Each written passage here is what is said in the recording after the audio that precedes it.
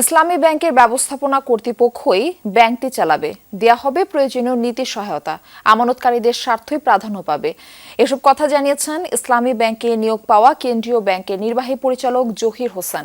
চেয়ারম্যানের দায়িত্ব পালন করছেন। এই তথ্য জানিয়ে তিনি বলেন, আস্থা ফিরিয়ে আনতে কাজ চলবে।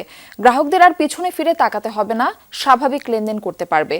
কোনো বিষয়ে অনিয়ম পেলে তদন্ত করা হবে। গতরাতে ইসলামী ব্যাংক বাংলাদেশের পরিচালনা পর্ষদ ভেঙে দেয় বাংলাদেশ ব্যাংক। এরপর কেন্দ্রীয় ব্যাংকের নির্বাহী পরিচালক মোহাম্মদ জহির হোসেনকে বিশেষ দায়িত্ব দেওয়া হয়। তিনি পর্ষদের যাবতীয় ক্ষমতা প্রয়োগ করতে পারবেন।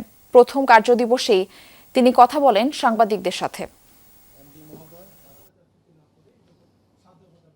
ভারপ্রাপ্ত ম্যানেজিং ডিরেক্টর আছেন, ওনারাই কিন্তু আসলে ব্যাংক চালাবেন।